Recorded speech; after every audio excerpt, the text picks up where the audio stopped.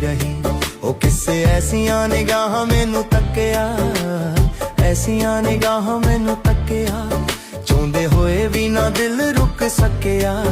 ਕਿ ਆ ਪੈਰ ਇਸ਼ਕੇ ਦੇ ਵਿੱਚ ਰੱਖਿਆ, ਨਾ ਗੱਲ ਮੇਰੇ ਵੱਸ ਦੀ ਰਹੀ, ਨਾ ਗੱਲ ਮੇਰੇ ਵੱਸ ਦੀ ਰਹੀ।